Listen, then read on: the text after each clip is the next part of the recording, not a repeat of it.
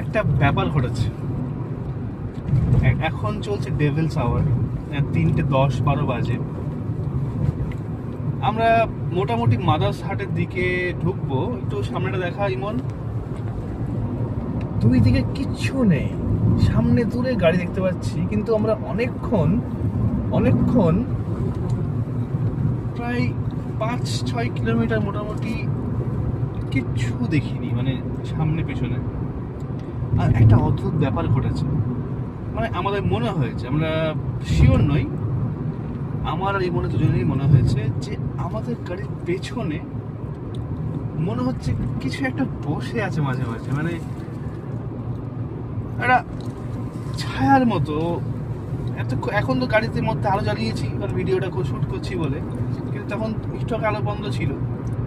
আমি আমার এই লুকিং গ্লাসে দেখছি যে এটা কিছু যেন আছে, এবং সেটা ইমনও অনুভব করেছে, দুজনেই আমরা ফিল করেছি, এবং গায়ে মোটামুটি কাটা দিয়ে উঠেছিল ওই সময়। এবার বিশ্বাস তো হতে আমরা কেউই করি না, কিন্তু এখন সময়টা হচ্ছে নেগেটিভ এনার্জির সময়, 3:13 বাজে। Not good. দেখা যাক কপালে কি আছে।